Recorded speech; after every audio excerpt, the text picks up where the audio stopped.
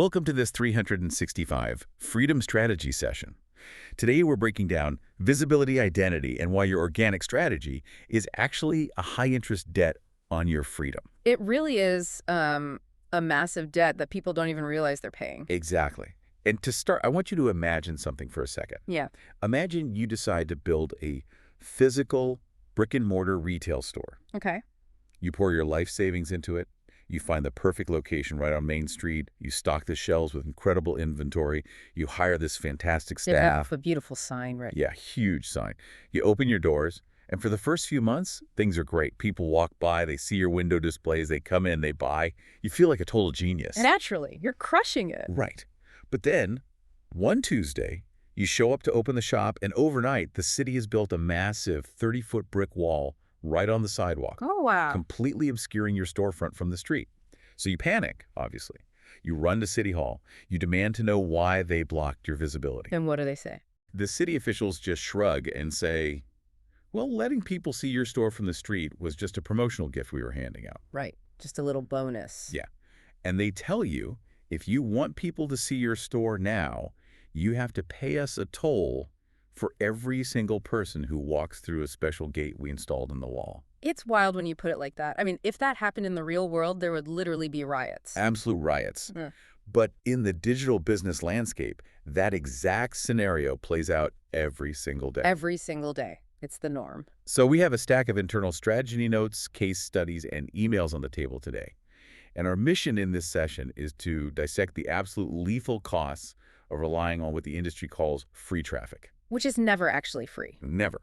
We're looking at the mechanics behind the visibility identity framework to figure out how sovereign entrepreneurs actually build businesses that don't just, collapse when an algorithm changes its mind. Yeah, and that is the single most critical shift an entrepreneur has to make if they actually want to survive. It's everything. It is. The brick wall analogy is painfully accurate because it exposes the fundamental flaw in how most people perceive digital platforms. They think it's a public utility or something. Exactly.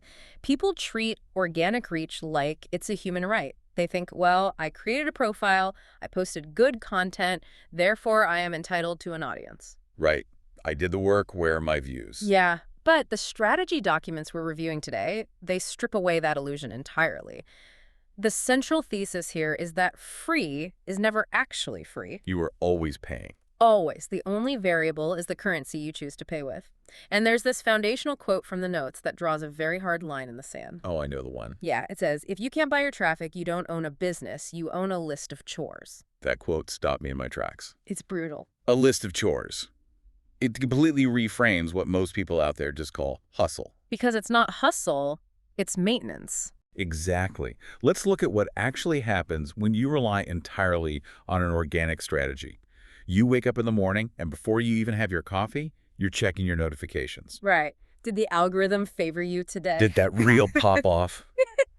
Then you spend 2 hours commenting on other people's posts, trying to leave these, witty, insightful remarks. Hoping someone clicks your profile picture? Yeah. You're tracking trending audio. Yeah. You're trying to figure out if you should be doing a carousel or a short-form video today. And the reality is you aren't operating a business. No. You are performing administrative upkeep for a social media company. You're doing manual labor in a digital factory. And there's this micro story in the notes that illustrates the trap so perfectly. The 8-hour engagement one. Yeah. It details this entrepreneur who spent 8 solid hours a day engaging on social media. 8 hours. That is a standard corporate workday. 8 hours of scrolling, commenting, messaging, posting, replying to stories. Which sounds exhausting. It is. But the insidious part of this microstory is the psychological state of the entrepreneur. They legitimately believed they were being highly productive. Right, because they were busy. They had a checklist, they were crossing things off, they felt exhausted at the end of the day. And we often confuse exhaustion with effectiveness. Oh, that's such a good point. Just because you're tired doesn't mean you move the needle. Exactly. But the realization they eventually hit, and it's a crushing one, is that they were effectively operating as a digital sharecropper. Okay, let's unpack that term, digital sharecropper, because it's brilliant, but I think it requires some historical context to really hit home for everyone listening. Let's do it.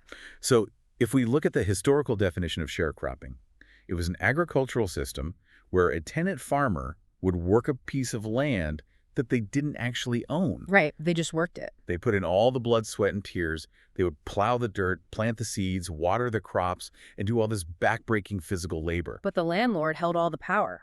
Exactly. The landlord owned the dirt. So the landlord dictated what crops could be grown. They dictated the rent. They took a massive cut of the harvest. And crucially, they could evict the farmer at a moment's notice. For any reason whatsoever. All the equity being built, all the improvements to the land, ultimately belonged to the landlord. Which maps perfectly to the modern digital landscape. It's the exact same model. It really is. When you build your entire customer acquisition model on organic social media reach, the platform, whether that's Meta, LinkedIn, TikTok, or Google, they're the landlord. They own the dirt. They own the servers, they own the code, and most importantly, they own the audience's attention. You are providing the free labor. Right, you're the farmer. You're creating the content that keeps users scrolling, which allows the platform to sell more ad inventory to actual businesses. You're building massive equity, but you're building it on rented land. And you don't own your followers. Not at all. If you have 100,000 followers on a platform and that platform decides your content violates some new opaque community guideline tomorrow, Your account is gone. gone. Your business goes to zero overnight. There is no due process. You are simply evicted from the land. It's terrifying.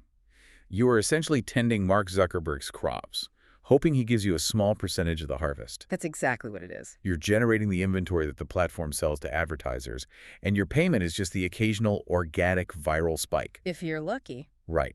But the turning point in the strategy notes, the moment the entrepreneur in the microstory escapes this trap, it comes down to a surprisingly small transaction. Yeah, it wasn't some massive corporate buyout. Or a huge venture capital raise, right?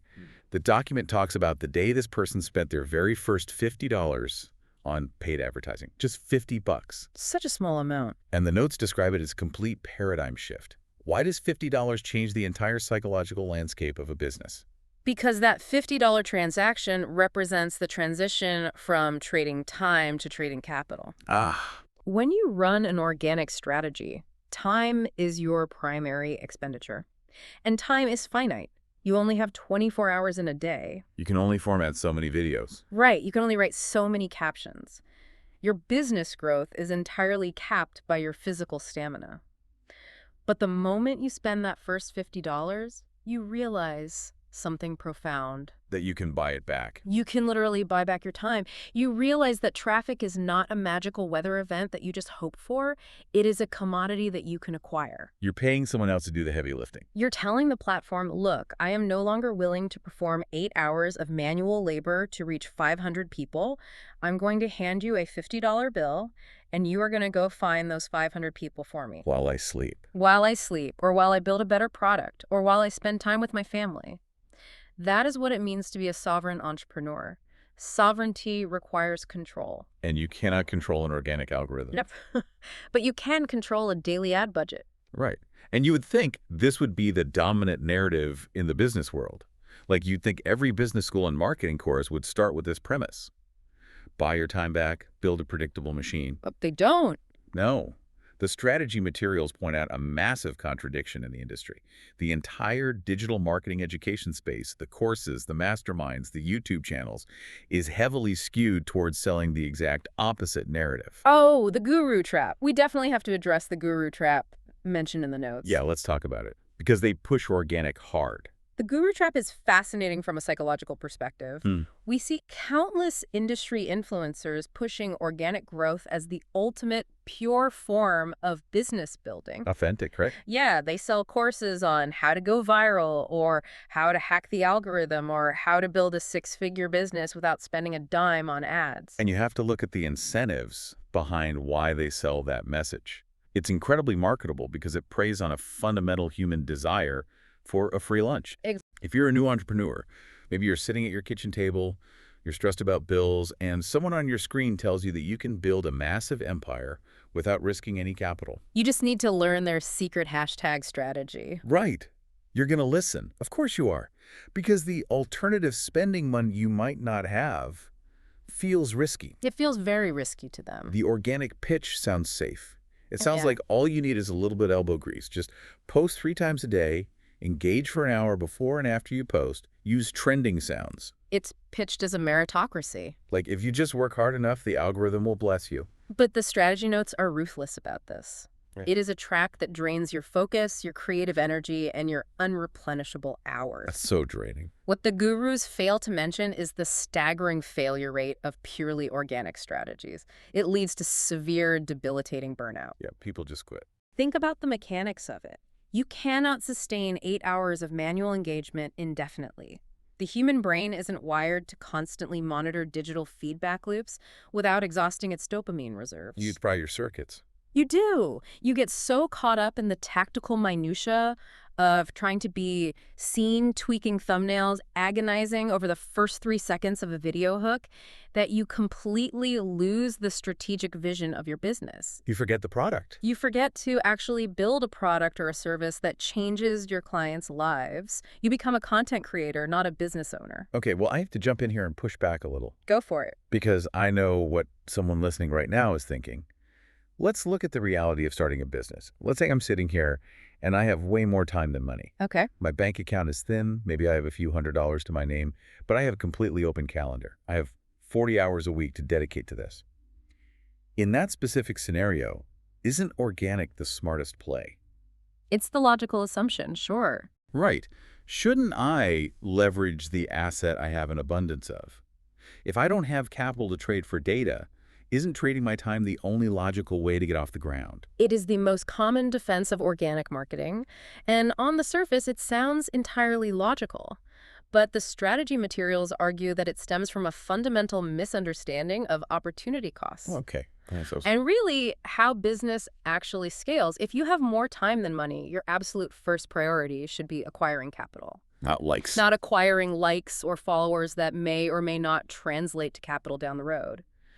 The problem with relying on organic when you're broke is that you are drastically delaying the feedback loop of your business. The feedback loop. Right. When you build a new offer or a new service, the most critical data you need is whether or not the market actually wants it. Will people pull out their credit cards and pay you? You need to know that fast. If you use an organic strategy, it might take you 6 months to organically reach enough of the right people to get a statistically significant answer to that question. That's half a year. You might spend half a year pushing a product that nobody wants simply because you couldn't get enough targeted eyeballs on it quickly enough to realize it was a dud.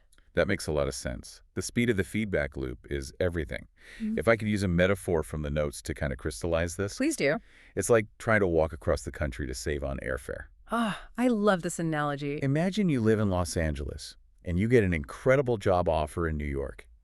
But the flight costs $500 and you look at your bank account and think, I don't want to spend that. I have plenty of time. I'll just walk. Right. Walking is free. Sure, walking is completely free. You don't have to buy a ticket.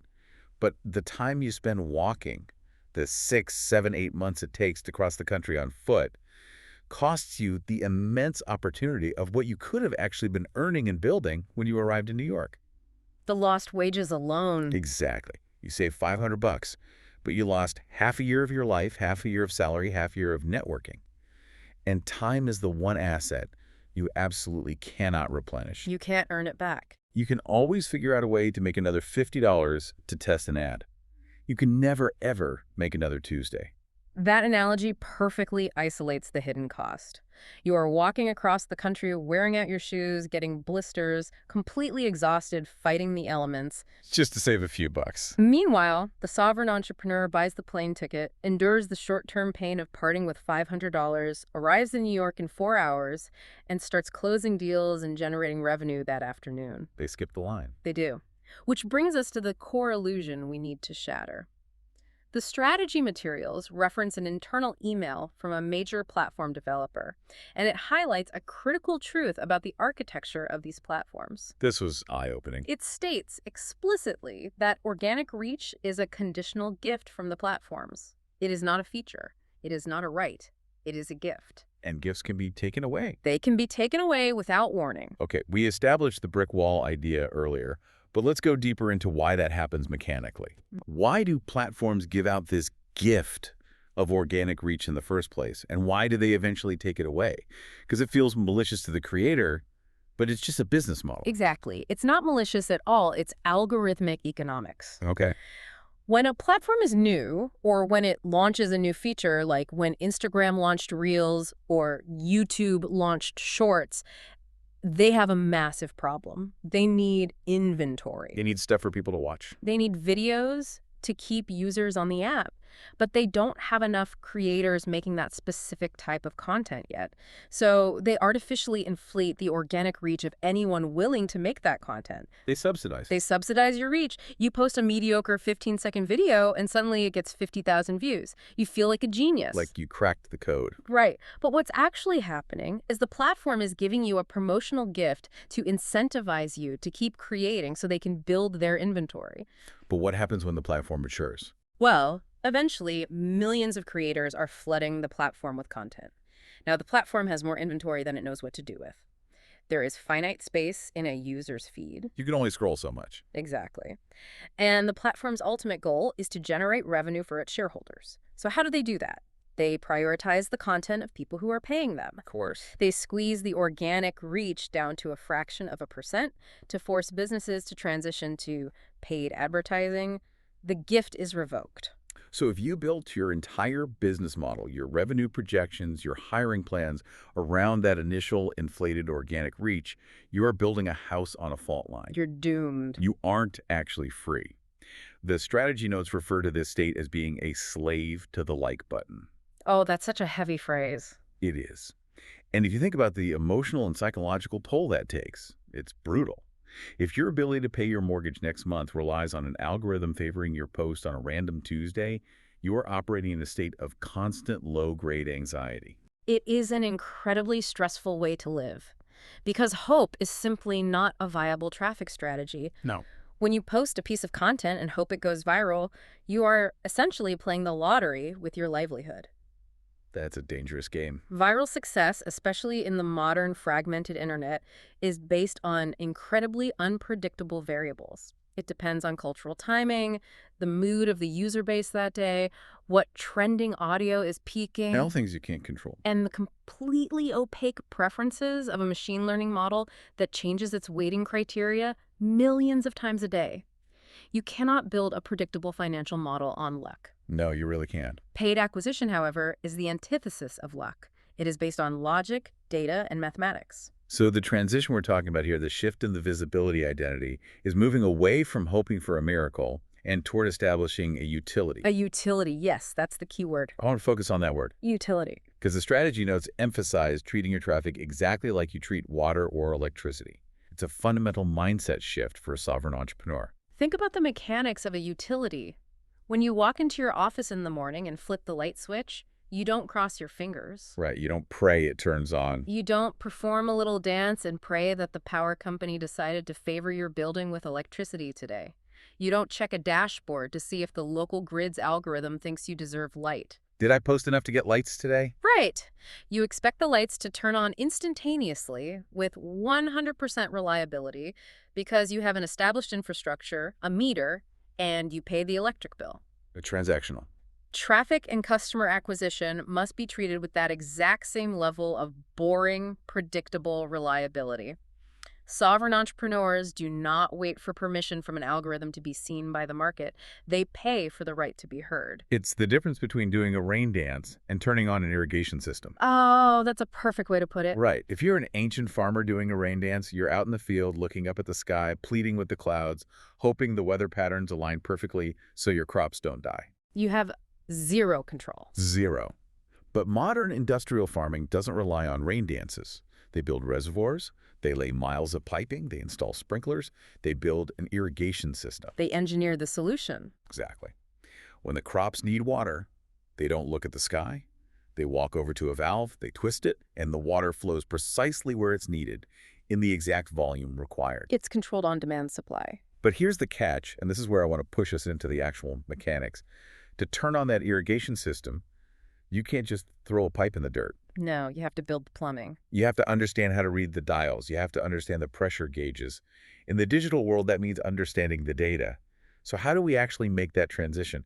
How does an entrepreneur who is currently terrified of spending money on ads actually build the plumbing for this utility? The very first step is a semantic and psychological one. You have to eradicate the word spending from your vocabulary when it comes to acquisition. Okay, so what do we call it?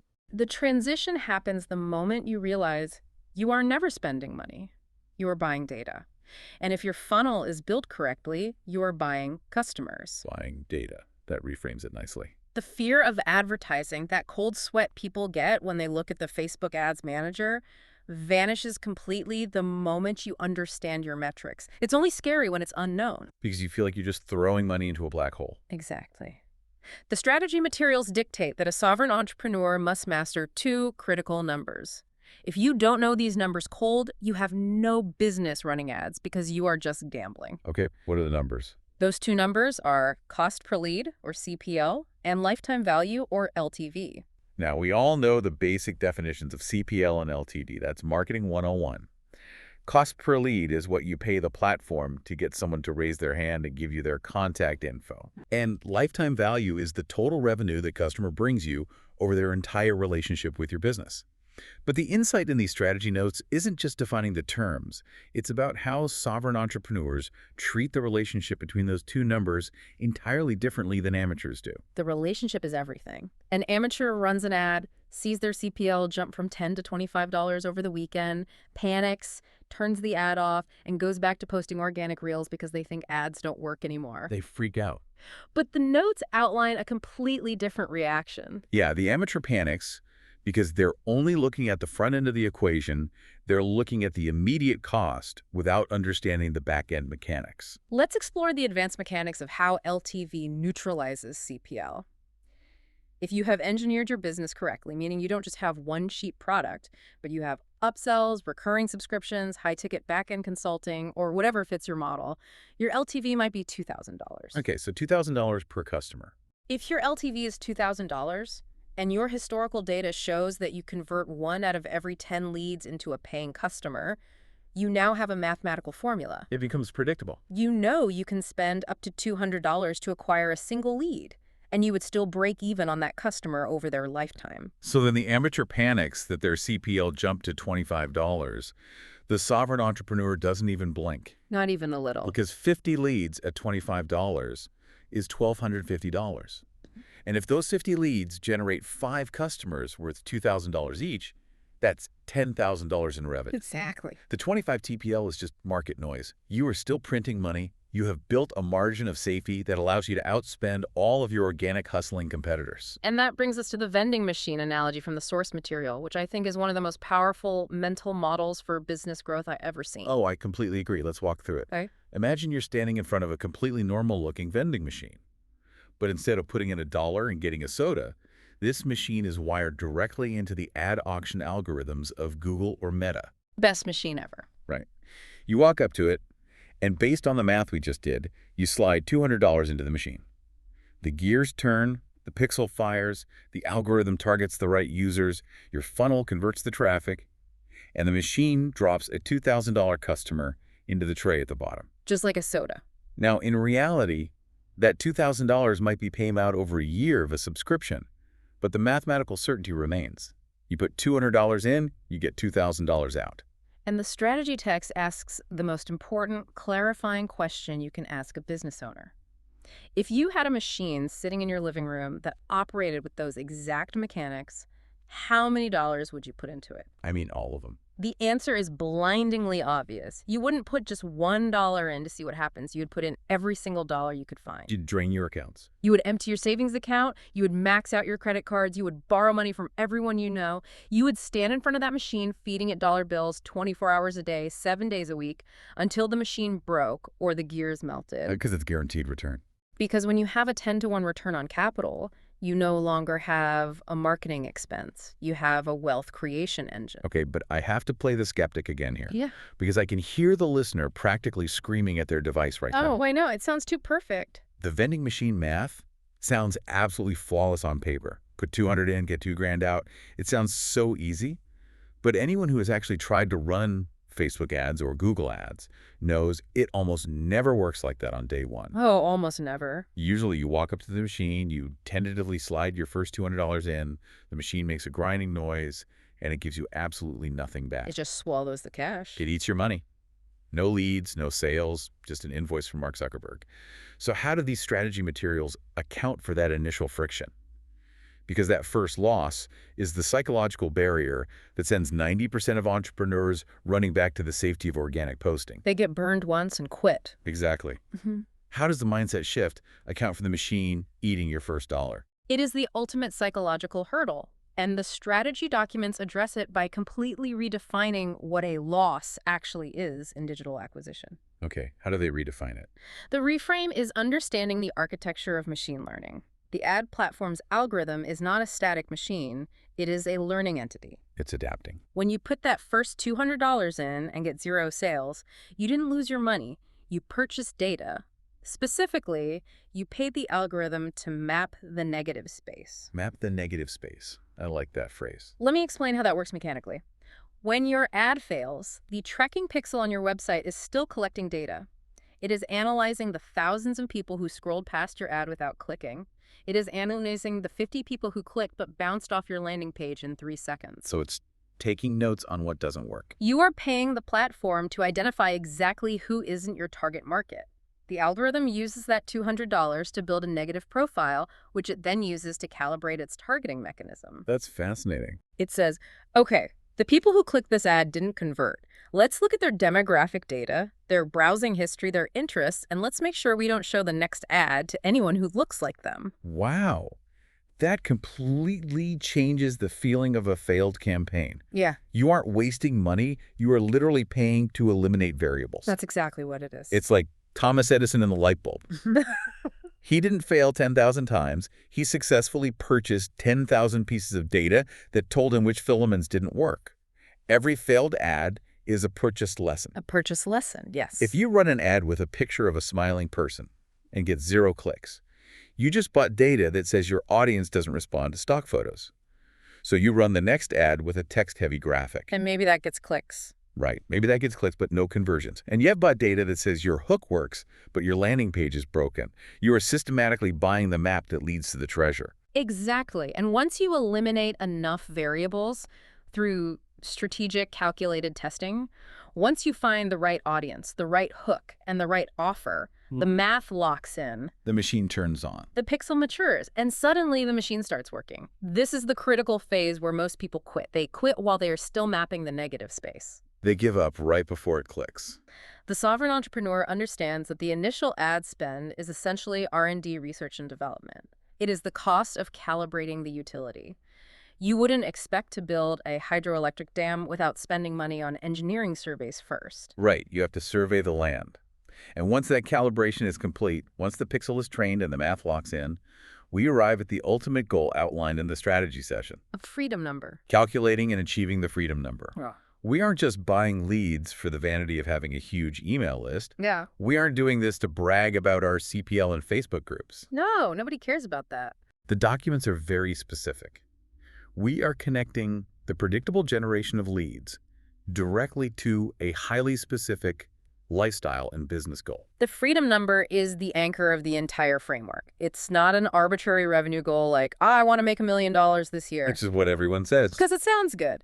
But the freedom number is the exact, meticulously calculated amount of monthly revenue you need to cover your business overhead, pay your taxes, fund your desired personal lifestyle, and hit your wealth building or investment goals. It's math, not magic. It is a fixed, non-negotiable target. Let's say, for the sake of round numbers, an entrepreneur calculates their freedom number to be $20,000 a month.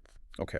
Now watch what happens to the psychology of the business owner when you map that required revenue to the vending machine math we just discussed. Let's see it. Let's assume you sell a high-ticket service for $4,000. To hit your $20,000 freedom number, you need exactly 5 new clients a month. Okay, let's run the math on this because this is where the abstract theory becomes a concrete action plan. Let's do it. We need 5 clients. Let's say our historical data, the data we bought during our testing phase, shows us that we closed 10% of our qualified leads. Right. So to get 5 clients, we need 50 qualified leads.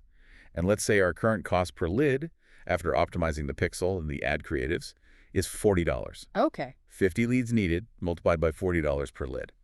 That is exactly $2,000. There it is. You now know, with absolute mathematical certainty, that achieving your $20,000 freedom number costs you exactly $2,000 a month in advertising. It's literally an equation. Think about the profound peace of mind that brings.